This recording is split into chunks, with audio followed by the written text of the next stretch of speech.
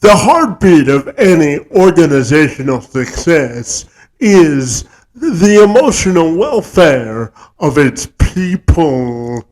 We'll examine that concept in just a moment. But first, I want to provide you some statistical data on employee engagement, which will further buttress our discussion. According to the 2024 and 25 Gallup State of the Global Workplace Report, it revealed in 2024 the percentage of global employees who were engaged at work fell from 23 to 21% respectively.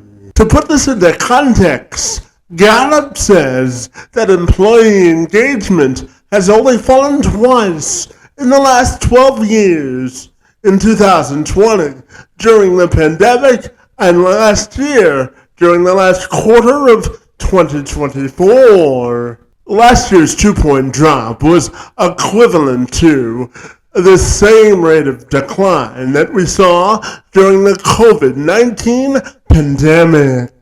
Meanwhile, Gallup also says $9.6 trillion in productivity could be added to the global economy if worldwide employees were fully engaged. That would represent a 9 percentage point increase in global GDP. It could indeed hold the key to unlocking a treasure trove of economic potential. Now, my friends, let's return to the notion of emotional wellness within the workplace. And for that, I want to turn to my good friend, Hanna Bauer. She's the founder of Heartnomics. She equips top teams with actionable strategies to build cultures of both clarity and resilience. She's among just 20 global faculty members who travels internationally for Maxwell Leadership to train executive teams in leadership, which connects people with performance. Also adding to Bauer's resume is that she's a former CEO and she led her company to governor-recognized success. Her work resonates with thousands of audiences, both in person and online, as they look to upstart their organizational culture and putting emotional well-being at the center of everything they do. And Bauer joined me this week to tell me more about how we all can work towards a common ground of understanding of how emotions can affect our peak performance both inside and outside of the office and in life as well. I'm Kevin McShann. Let's have this conversation.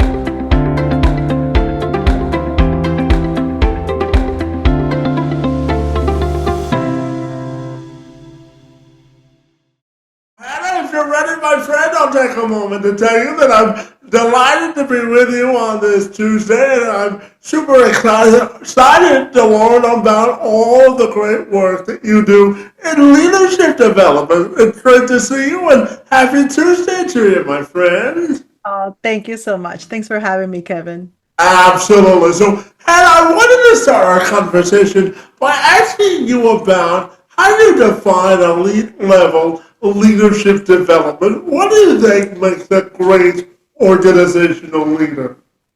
Okay, so that's one of the things, like, myself was like, well, what in the world, what are we developing, right? I mean, it's like developing the person, developing the skill, which one? And actually, I realized it's a journey of both.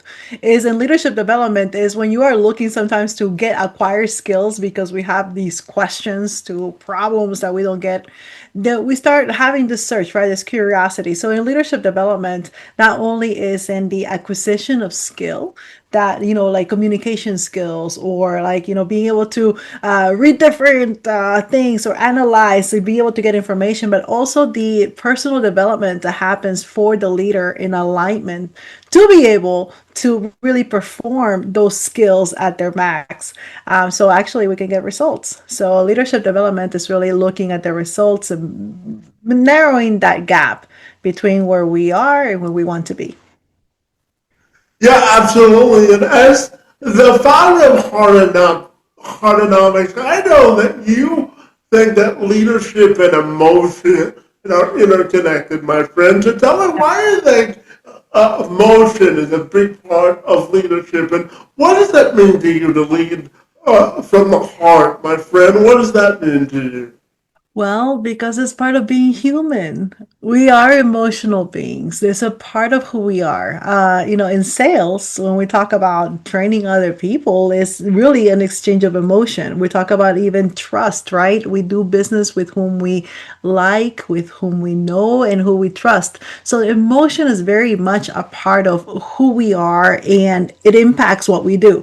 So the emotional intelligence aspect for a leader to be self-aware, to be able to self-regulate, to be able to really understand. And even we say it, right? We say, like, when a speaker goes out there, hey, be able to read the room, even in a meeting, be able to tell, are they my people engaged? Are they not engaged? Be able to not just the knowledge is coming from the room, but is there not knowledge from the different people in the room that is coming out, right? The different input, the different feedback. So for all of that, we need that emotional regulator. We need that to be able to have that barometer so that we can see, so that we can feel. And really, the people that lead with emotional intelligence we see are really top performers. You need to have emotional intelligence so you can have a top performing team. It very much goes along with not only the things that we do, but the quality in which we do them.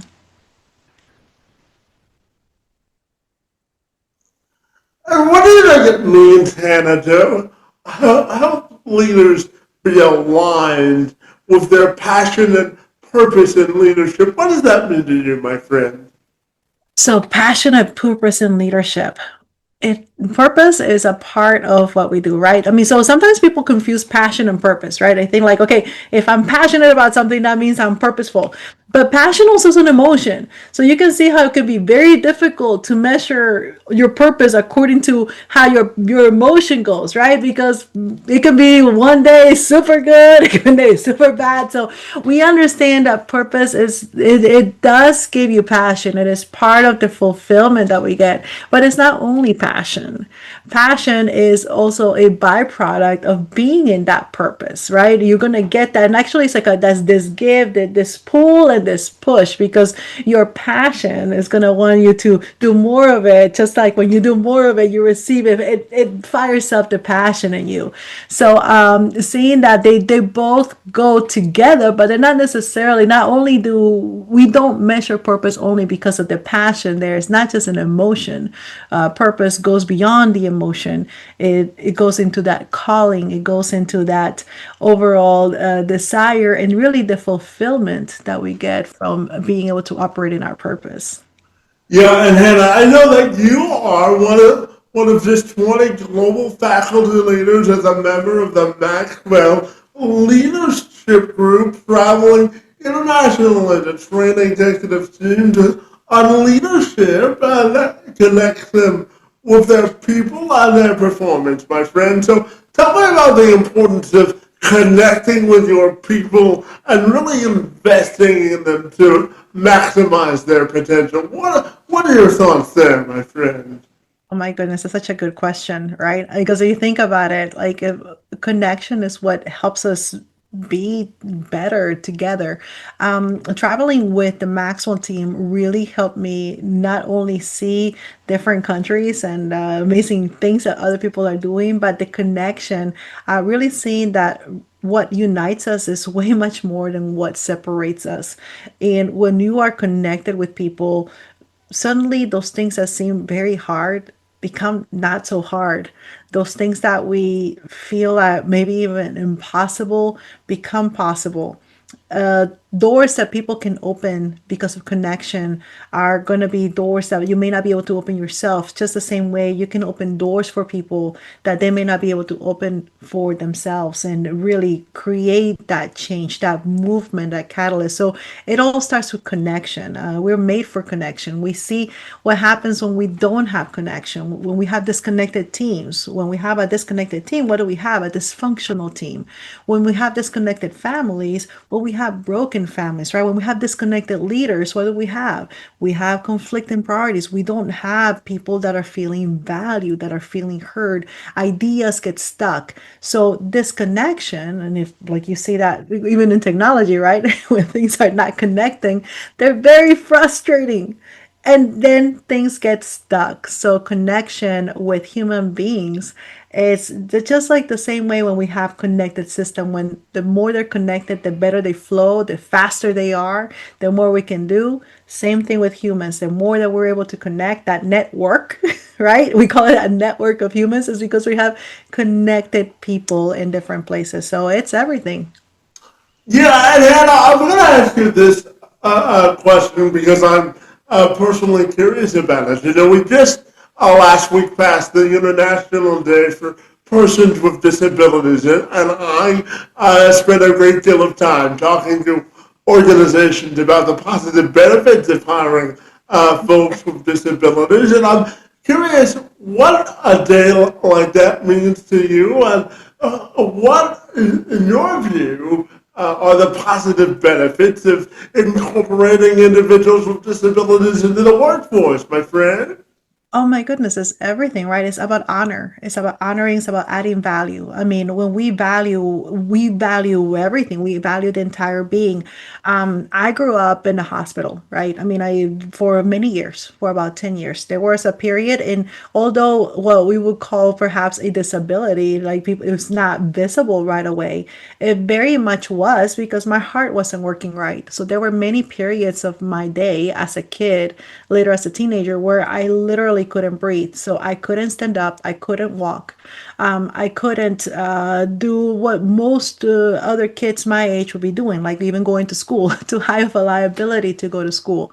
So when you're talking about the even in disability, sometimes we tend to think of them as the ones that are visible, and we also the ones that are maybe invisible.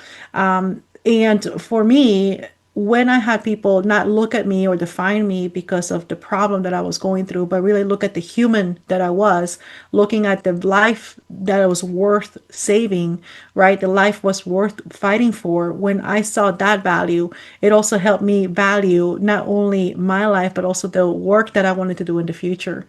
So businesses that make it a part of their culture to value all of their team members, to value what the beauty of humans look like, and we look different. We have diversity in the way that we operate, in the way that we are, but in being able to honor that and make not only a space, but also the ability to operate in that purpose is huge. For me, what did it mean as someone who was coming out of the hospital, someone that was even growing up and all that?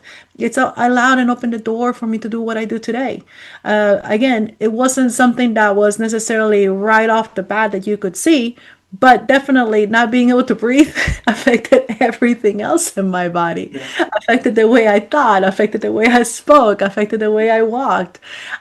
So there's certain things that maybe an observant person may look at, but it is when we're able to honor that the people with different abilities, really, not disability, different abilities, then we're able to honor all the other parts in of a team members, and really, again, it's about purpose and connecting that purpose and the shared work we do together. We serve people, and we serve people with all their abilities.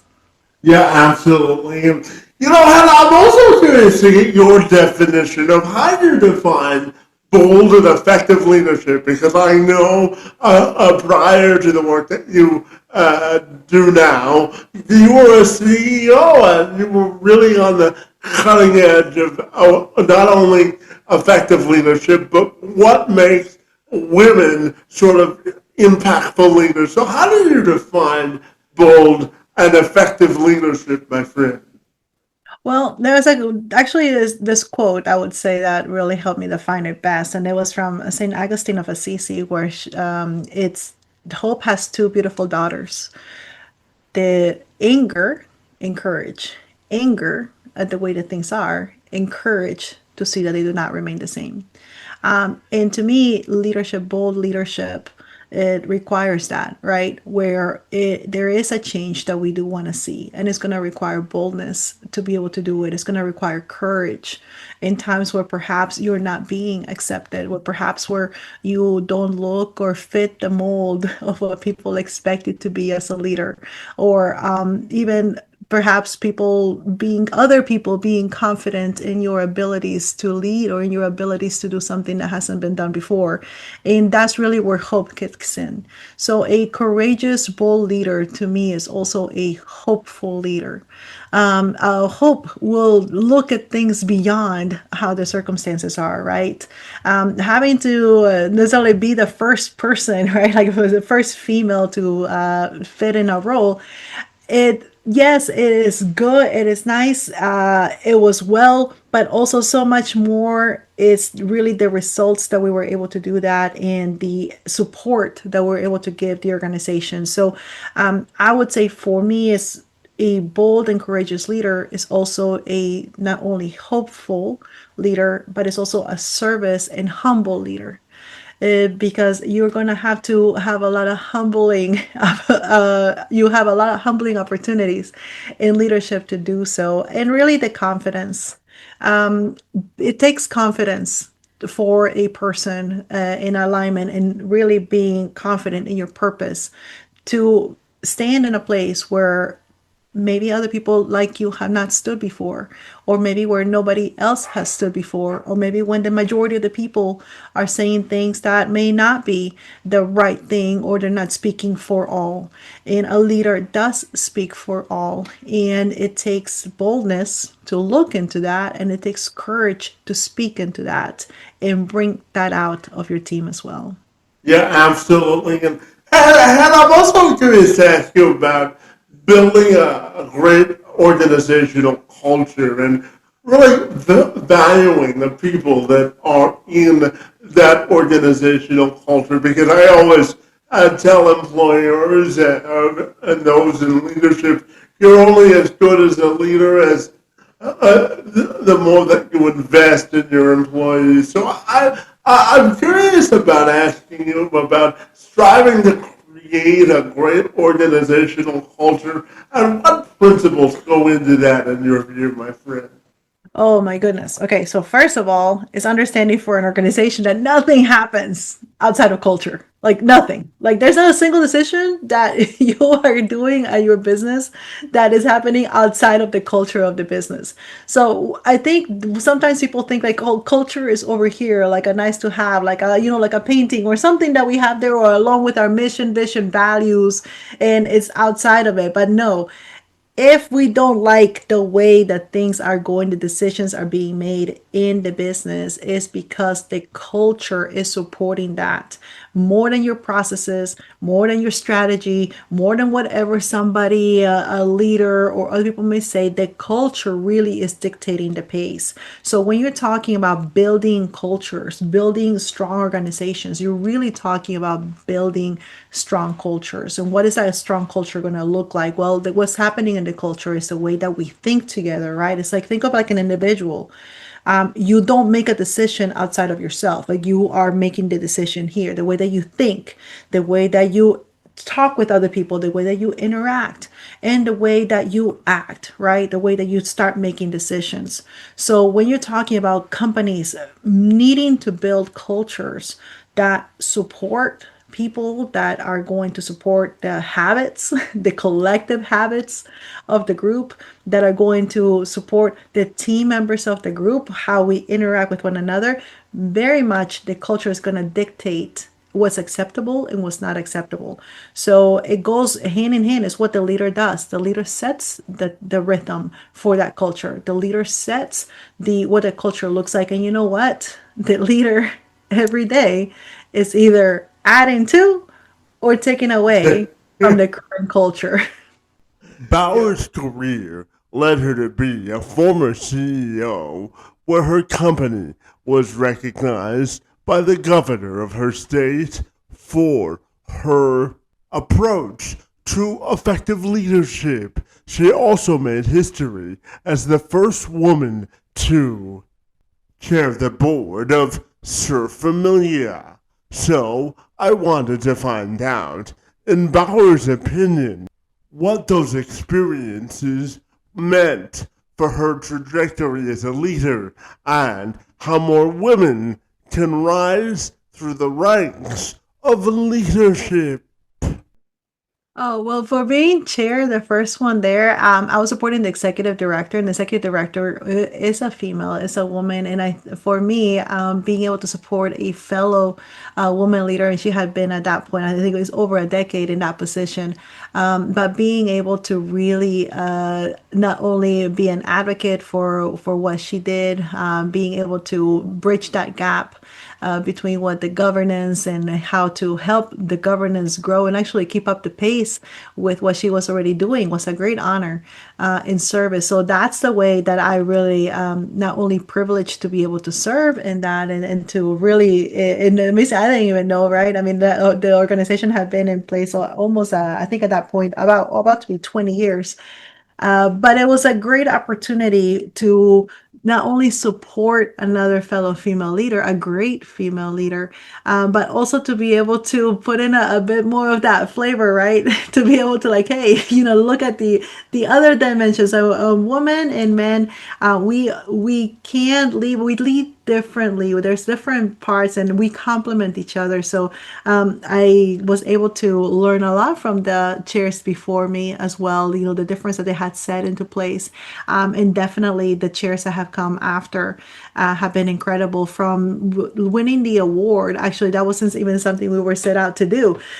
We were looking to collaborate. Actually, we were looking at just keeping our doors open. And that's where we understood that the best way to get out of a crisis was to collaborate with the community resources.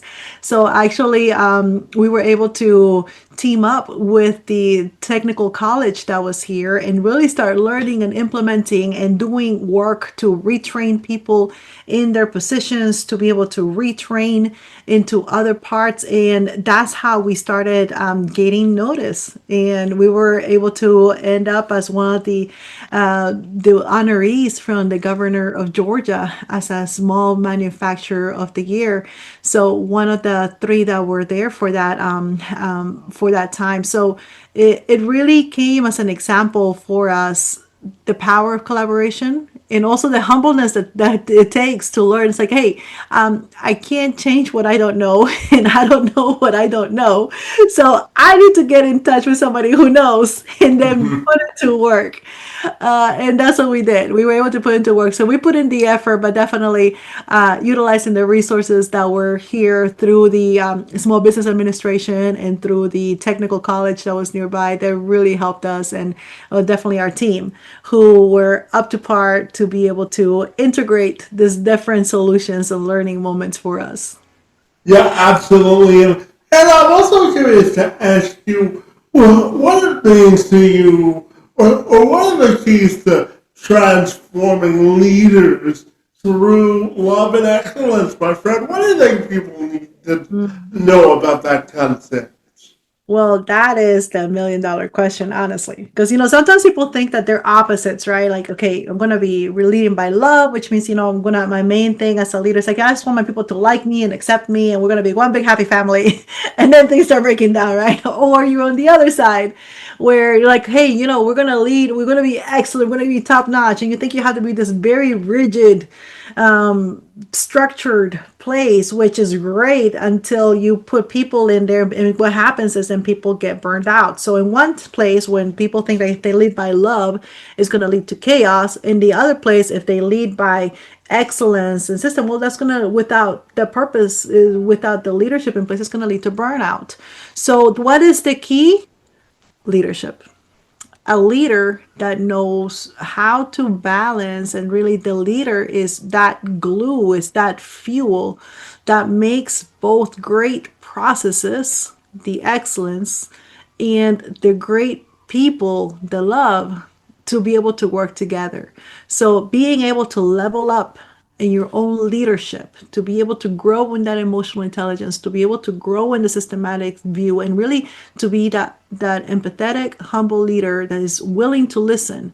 That's the key to making them both works, to prevent that burnout that comes from leader just from the process and systems, and to prevent the chaos that comes from only looking at the one side of the place where it's just the people, or what people would consider love. So the best way leadership is how you make them both work. Yeah, absolutely. And Hannah, tell me your thoughts on how leadership can be both genuine and down to earth, and how company executives can make leadership more approachable and meet the people that they're in charge of leading where they are, my friend. So how do we make leadership more genuine and approachable in your opinion, my friend? Well, it has to be. I mean, in a world where we're crying out for authenticity, where we are questioning all the time, is this even for real, or is this AI? Has this been photoshopped? You know, are you really, does your do really match your say? That do your words really go with how you live? So we know that the world is crying out for authenticity. So when we're talking about how does a leadership, how is an authentic leader, what is authenticity in leadership? Well, it's everything. I mean, it's this trust. And one thing we do know is that we are at a trust deficit. We're in a trust crisis because people no longer believe right away, or they question everything, which is good to question, but it's not good to lose hope in trusting somebody. And that's what we're seeing. We're seeing greater disconnect because people don't want to trust other people, because in order to connect, it also requires a level of trust. In order to be able to be authentic, is going to require both trust in the team, and also the team trust in the leader. But we do realize that those leaders that are able to show vulnerability, the leaders that are willing to be authentic, the leaders that are willing to listen, are going to lead high performing teams. They're going to outperform any other team to at least 2 to 3 times, by being able to show that vulnerability. And really, because we need humbleness. I mean, in a time where everything's changing so fast, not one person has all the answers. It's going to require change. It's going to require different ideas, and it's going to be require humbleness to get those ideas. And the only way that you're going to get them is to be authentic and also be truthful. Like, hey, I don't know everything. I don't have everything. As a matter of fact, I think I have made a mistake, or we kind of missed it over here. But how can we pick up? How can we regroup? How can we go back to the drawing board, to be able to be and do and become really that organization and that team that we envision of being together. Yeah, absolutely. And I'm wondering if you can explain the heart framework and what it means to you to ultimately lead from the heart, my friend. What do you think people need to know about that? Well, it goes for those of you that have heard my company Heartnomics is the economy of the heart. And the economy of the heart is again keeping the heart being the people as the most important. The economy is the systems, right? So what is the framework? The heart framework is to lead values based leadership. And heart is really the acronym for hope, empowerment, accountability, results, and trust. So that is the foundation for the work that we do at Heartnomics, is the values that we share, the values that we've seen time and time again work for high performing trustworthy leaders to be able to develop in. And from that is the two methods that I work. I work with the beat, heartbeat. So that's the internal alignment. That's for the individual, which is believe, engage, act, and transform. And for the corporate is the hardcore, which is cultivate, optimize, reach, and elevate. So it is internal alignment for the leader, the beat for the individuals that make the team, the heartbeats, so that we can come together in the hardcore to be able to cultivate, optimize, reach, and elevate and be that thought leader and go and innovate with our products and services out in the world. Yeah, absolutely. And I'm curious to get your thoughts on this finding, my friend. Back in April of this year, a poll and a Gallup survey was released to the workplace by Mm. HR platform, the Perceptive Index, my friend, and it found that 46% of employees across the U.S. say that their bosses are somewhat or merely or rarely rather understand the contributions that they make at work, my friend. So how can we make employers recognize more of the contributions that their employees are making so that they can feel a part of the mission, my friend? What are your thoughts there? Yeah, so here's the deal because I mean leaders really it's not people think that they have a motivation problem and it's not about hey we got to motivate and all that. No, they're really what they have is a recognition and connection problem. And people that are not feeling recognized, right, where they only somewhat understand is really what they're saying is I don't believe that my employer sees me. So it's even just recognizing and acknowledging people. I mean, we're talking about nearly half of the US, right? Or half of the workers. I mean, imagine that when you go into a business, half of those workers are saying that I don't feel seen. And that is one of the basic needs that we have as human beings is to be seen, to belong somewhere, to be part of a family, right? I mean, we're looking for that. So when people feel unseen, well, things happen, right? Like normally these things happen. Engagement drops, and we've heard about this problem for a while now. The problem of disengagement. Innovation non-existent. Why? Because if you don't see me, you're not gonna care what I have to say, so I'm not gonna say anything. And for those that may even feel seen, if they don't feel like their contributions are taken into place, I'm not even gonna waste my time, or much less, I'm not gonna jeopardize my position maybe because you may not like my idea, and I don't know if you're gonna like my idea. So innovation is gonna shut down, and the turnover risk, well, it goes higher because if people don't feel like they belong, if they don't feel seen, if they don't feel cared for, well, like I said, the grass looks greener on the other side, right? So they're going to be looking.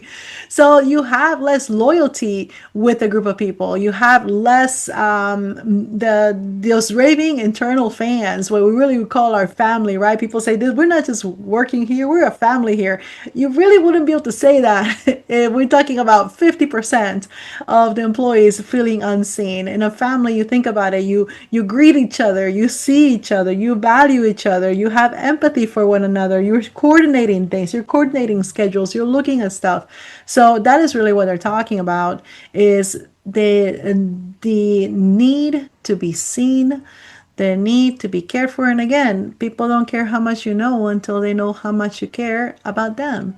So understanding that it is important to see people, it is important to connect with people because really that's what it's talking about is they want to be able to connect with their bosses. They want to be able to be seen, be recognized. They want to know, is this a win or not?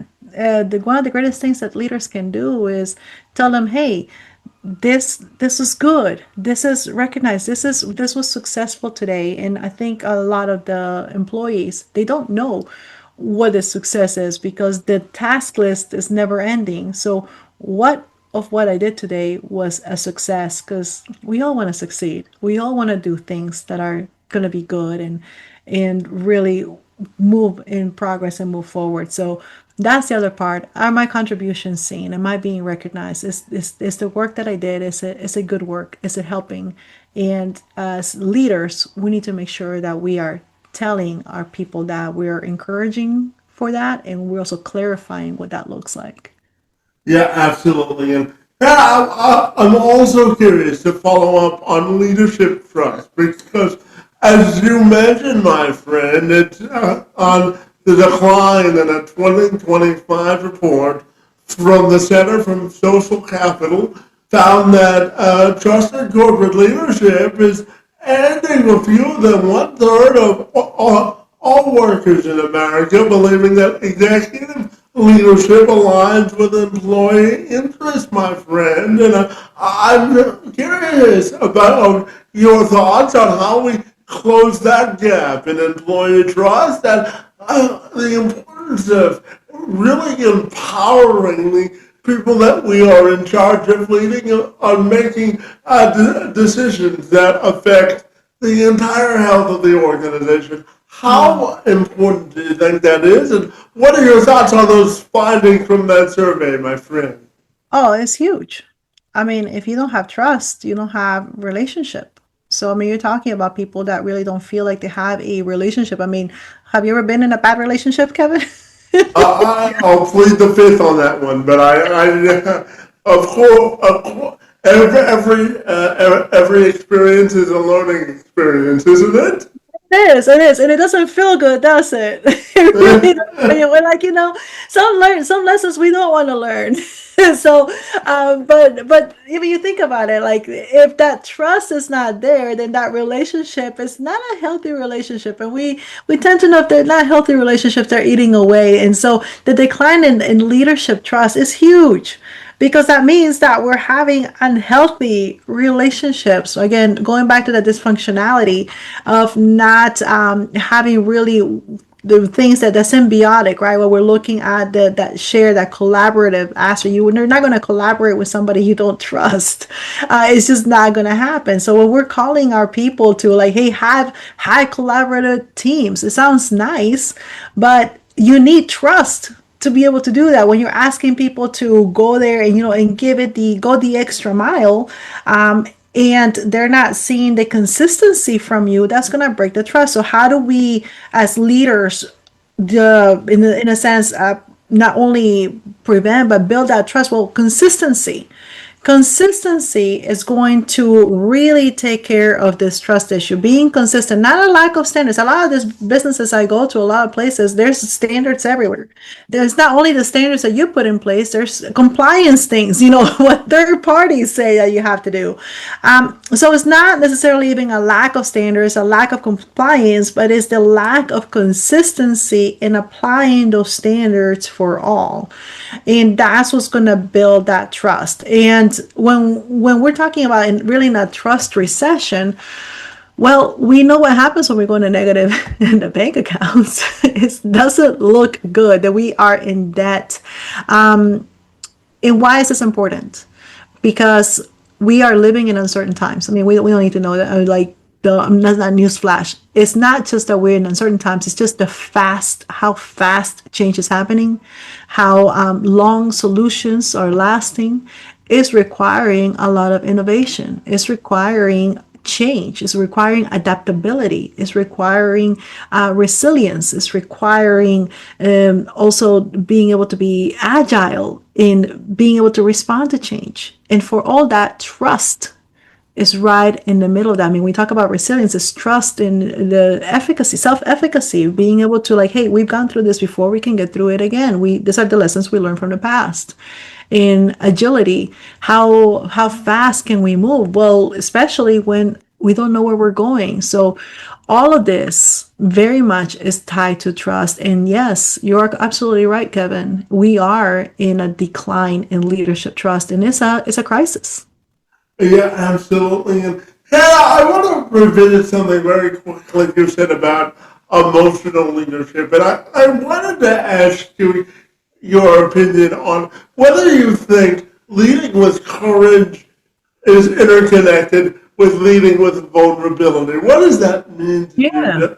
to lead with vulnerability and courage? Well, I mean, it takes courage to be vulnerable. Fair enough. Yeah. So definitely they go hand in hand. I mean, you're not going to be vulnerable if you're not courageous. I mean, the reality is that you can be vulnerable, and people are going to respond different. Some people are going to be able to give back and respond, and it's gonna do the work it's done. And some people are gonna use it for maybe not what it was meant to be used, right? So it's gonna take courage, because you really are not responsible. You really can't control how people may respond to your vulnerability. We do see vulnerability is definitely a part of leadership, and it does work. We do see that vulnerable leaders are also effective leaders. But it does take courage. That's why we admire vulnerability, because it's something that we don't want to do, because, hey, people have been hurt. There has been pain. Not every time we're vulnerable are people like, yay, that's wonderful. And then we're all gonna go together and all that. So the reality is that a lot of people have been hurt, and because vulnerability, many times, is, for example, is a way that organizational vulnerability is looking at data and maybe releasing that data. What does that data say? And unfortunately, data many times is used to punish somebody. So you think like, hey, if I was actually vulnerable or being integrous in saying what it is, their response may not be a positive one, which it shouldn't be like that. I mean, we should honor vulnerability. We don't want to reward masking things. So courage is going to take that, because it takes courage from a leader. When we're talking about, for example, in organizations, when I do SWOT analysis, where we're looking at the strengths, the weaknesses, the opportunities, and the threats, really what you're talking about is looking at the current reality. And honestly, sometimes it's that brutal reality, and it's going to take courage to take a look at it. It's going to take courage to look at those numbers, and it's going to take vulnerability to be able to honestly have those conversations around how do we interpret this, maybe what got us there, but also more importantly, what's going to get us out of this. Yeah, absolutely. And I've got two questions left for you. And the first of those two questions is this, my friend. If I Yeah. put you in a room of 100 newly promoted CEOs, and I ask you to give them a word of advice on how to motivate people, and your best piece of advice for success, I'm wondering what you would tell them about the importance of their new responsibilities as leaders, and what would you tell them in order to succeed, my friend? What are your thoughts then? Well, it's what I have for Hardnomics, and Hardnomics is transformation through love and excellence. So it's a commitment to transformation, which means, like, looking at that positive change in the world. It's a commitment to love, which it is the most powerful of all emotions, is the most powerful of all powers, right? I love.